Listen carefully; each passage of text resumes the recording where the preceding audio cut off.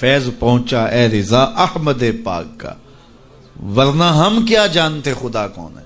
ایک شخص جس کا نام تھا سوا، تو وہ گھوڑا لیے جا رہا تھا، حضور کو پسند آ گیا، اس سے کہا کہ یہ بیچتے ہو؟ اس نے کہا بیچتا ہوں۔ کتنے کا؟ اتنے کا۔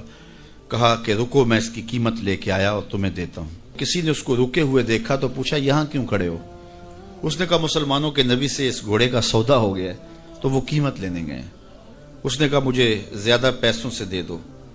تو اس نے کہا میں تو یار سودا کر چکا ہوں۔ اس نے کہا کہ کوئی گواہ تھا؟ کہا نہیں۔ کہا مکر جانا۔ اس کو پیسوں کی لالچ آ گئی، اس نے کہا ٹھیک ہے حضور، اتنے میں قیمت لے کے پہنچ گئے۔ تو اس نے کہا میں نے تو آپ سے سودا کوئی نہیں کیا۔ حضور نے کہا ابھی تو سودا ہوا ہے۔ وہ کہنے لگا میں نے سودا کوئی نہیں کیا۔ لوگ بھی اکٹھے ہونے لگے، ہجوم بن گیا۔ اب حضور کہے میں نے گھوڑا خریدا ہے، وہ کہے میں نے بیچا نہیں۔ اب جب لوگوں کا ہجوم بنا تو لوگوں کے ہجوم کا بھی ایک پریشر ہوتا ہے۔ تو اس نے کہا کہ اگر بات لوگوں پہ چلی گئی تو صادق بھی یہ ہیں، امین بھی یہ ہیں، تو لوگ تو انہیں سچا کہیں گے۔ اس نے کہا اچھا مجھے یہ بتائیں کہ جب دو آدمیوں کے مابین یوں نزاع بن جائے تو اس میں تسویہ کی صورت کیا ہوتی ہے آپ کی شریعت میں؟ تو حضور نے فرمایا میری شریعت تو کہتی ہے کہ جو مدعی ہے وہ گواہ لائے، والیمین علی من انکر، جو انکار کرتا ہے وہ قسم دے دے۔ اس نے کہا پھر ٹھیک ہے، آپ کا دعویٰ ہے کہ آپ نے گھوڑا خریدا ہے تو پھر آپ گواہ دیں، اور اگر آپ کے پاس گواہ نہیں ہے تو پھر میں قسم دے دیتا ہوں۔ جھوٹ اس نے پہلے بول لیا تھا، قسم دینا اس کے لیے مشکل نہیں تھا، اور اس کو یہ بھی پتا تھا گواہ کوئی نہیں۔ تو اس نے کہا جناب آپ گواہ پیش کر دیں تو میں گھوڑا دے دیتا ہوں جس قیمت پہ آپ بتا رہے ہیں، اور اگر آپ کے پاس گواہ نہیں ہے تو پھر میں قسم دے دیتا ہوں۔ اب بھری بزم تھی، لوگوں کا ہجوم تھا، اور اس نے ایک ایسی بات کی۔ قبل اس سے کہ کچھ دیر گزرتی، حضرت حذیفہ بن یمان الانصاری رضی اللہ تعالیٰ عنہ آگے بڑھے اور کہا کہ گواہی مانگتا ہے؟ اس نے کہا جی میں گواہی مانگتا ہوں۔ تو کہا میں گواہی دیتا ہوں، جتنے میں حضور نے بتایا اتنے میں سودا ہوا ہے اور حضور نے گھوڑا خریدا ہے۔ اس نے کہا جی ٹھیک ہے میرا مطالبہ پورا ہو گیا، گواہی چاہیے تھی، درکار تھی گواہی، وہ گواہی مل گئی۔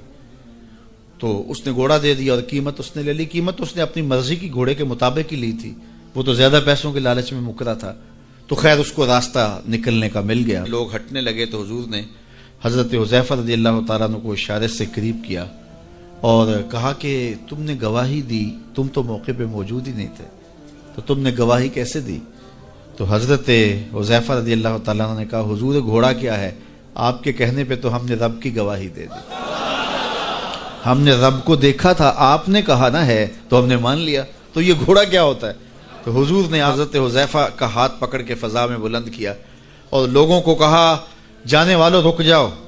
لوگ ٹھہر گئے۔ کہا کسی عدالت کچہری میں گواہ کی ضرورت ہو تو میری شریعت 2 گواہ مانگتی ہے، لیکن جہاں میرا خزیمہ ہوگا، ہاں حذیفہ نہیں، خزیمہ بن ثابت انصاری رضی اللہ عنہ، جہاں میرا خزیمہ ہوگا وہاں ایک کی گواہی 2 کے قائم مقام ہوگا۔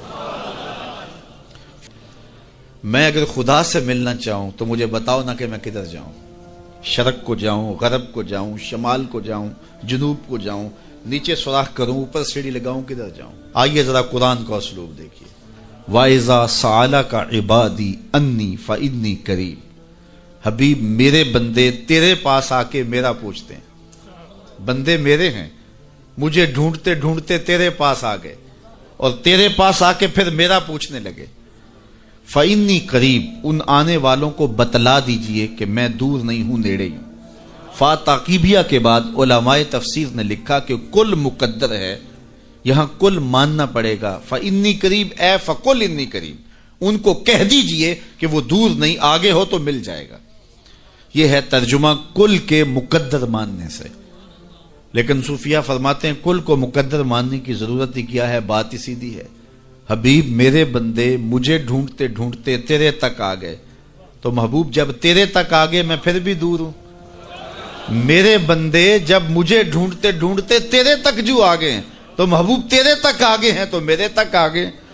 یہ تیرے پاس آ کے پھر میرا پوچھ رہے ہیں، جو تیرے پاس آگے وہ میرے پاس آگے، چونکہ تیرے تک پہنچنا ہی تو میرے تک پہنچنا ہے۔ تو کہا اگر خدا تک پہنچنا ہے تو مصطفیٰ تک جانا ہوگا، بس یہی راستہ خدا تک پہنچتا ہے۔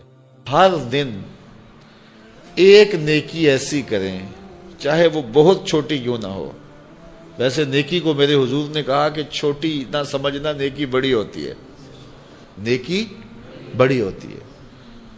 لا تحتقرن من المعروف ولو ان تلق اخاک بوجہ طلق، نیکی کو چھوٹی نہ سمجھنا اگرچہ تم کسی اپنے مومن بھائی کو خندہ پیشانی سے ملے کیوں نہیں ہو۔ راستے سے پتھر اٹھا کے پھینک دینا یہ بھی نیکی ہے۔ صرف ایک نیکی 1 منٹ کی بھی ہو سکتی ہے، 10 سیکنڈ کی بھی ہو سکتی ہے، 15 منٹ کی بھی ہو سکتی ہے۔ ایک نیکی روز ایسی کریں جس نیکی کو تمہارے اور تمہارے رب کے علاوہ کوئی نہ جانتا۔ روزانہ ایک نیکی۔ آپ کہیں گے کئی دن تو بڑے مصروف ہوتے ہیں، تو کیسے ہم وہ نیکی کریں کہ جس کو کوئی نہ جانتا ہو؟ تو میاں آپ ایسا کر سکتے ہیں نا کہ کسی شخص کے لیے ظاہر الغیب میں، یعنی اس کی پوشیدگی میں اس کو بھی پتہ نہ ہو، تو اس کے لیے ہاتھ اٹھا کے دعا مانگ دیں کہ اے اللہ میرے فلاں بھائی پر خیر کر دے، اس کی بخشش کر دے، اور اس کو ساری زندگی بتائیں بھی نہ، چلتے چلتے رستے سے کوئی چیز ہٹا دیں جس کو کوئی نہ دیکھ رہا ہو۔ یعنی کچھ نیکی ایسی کریں جس کو لوگ دیکھتے بھی ہیں، کرنی بھی چاہیے، لیکن ایک نیکی روز کی ایسی کریں کہ جس کو آپ کے علاوہ اور آپ کے رب کے علاوہ کوئی نہ جانتا ہو۔ وہ چھوٹی چھوٹی بھی ہوں اور آہستہ آہستہ بڑی بڑی بھی نیکیاں ہوں، تو پھر دیکھنا کہ زندگی کتنی سرور دیتی ہے۔ اس سے برکت کیا ہوگی؟ دل میں خلوص پیدا ہونا شروع ہو جائے گا۔ مخفی نیکی کی اپنی لذت ہوتی ہے، وہ لذت آنی شروع ہو جائے گی۔ پھر آپ کہیں گے کہ آج ایک کی ہے، کل 2 کریں، پرسوں 3 کریں، پھر چھوٹی کی ہے تو بڑے لیول کی نیکی کریں۔ اس کا ایک اپنا لطف ہوتا ہے، اس کا اپنا سرور ہوتا ہے۔ مجھے امید ہے کہ آپ یہ عمل کر سکیں گے۔ اپنے لیے وقت ضرور نکالیں اور سونے سے قبل سارے دن کا جائزہ لیں، اور جب جائزہ لیں گے تو بڑی چیزیں آپ کو سامنے آئیں گی۔ فرمایا گیا نا، حاسبو قبل ان تحاسبو، قبل اس سے کہ تمہارا حساب کیا جائے تم اپنا حساب خود کیا کرو۔ اپنا حساب، جن لوگوں نے عمرہ کیا ہوا ہے یا حج کیا ہے ان کو میری اس بات کی زیادہ سمجھ آئے گی، باقی بھی سمجھ جائیں گے۔ جب آخری دن ہوتا ہے نا عمرے کا یا حج کا، واپسی کا، تو اس وقت کیا مسئلہ بنا ہوتا ہے سب کو کہ وہ کنڈا لے کے نا سارے اپنا سامان تول رہے ہوتے ہیں کہ وہ وزن پورا ہو جائے، ایئرپورٹ پہ جا کے پریشانی نہ بنے۔ حالانکہ وہاں تلنا ہوتا ہے، لیکن وہ کہتے ہیں کہ یہیں تول کے میاں وزن پورا کر لو، وہاں 3 کلو 4 کلو بڑھ گیا تو وہاں پھر نکال کے کیا کریں گے سامان کا؟ تو وہ پہلے ہی وہاں وزن پورا کر رہے ہوتے ہیں کہ وہاں جا کے ایئرپورٹ پہ پریشانی نہ ہو۔ تو یہی یہ حدیث ہے، یہی فرمان ہے، حاسبو قبل ان تحاسبو، وہاں پریشانی نہ ہو، یہی وزن پورا کر کے جاؤ۔ تو یہی اپنے اعمال تولو، اپنا محاسبہ کرو، اپنے آپ کو دیکھو، اپنے اندر اترو، اور پھر دیکھنا کہ زندگی کتنی خوبصورت ہو جائے گی۔ زندگی بہت بگاڑ لی، اب زندگی کو سنوارنے کی کوشش کریں۔ اور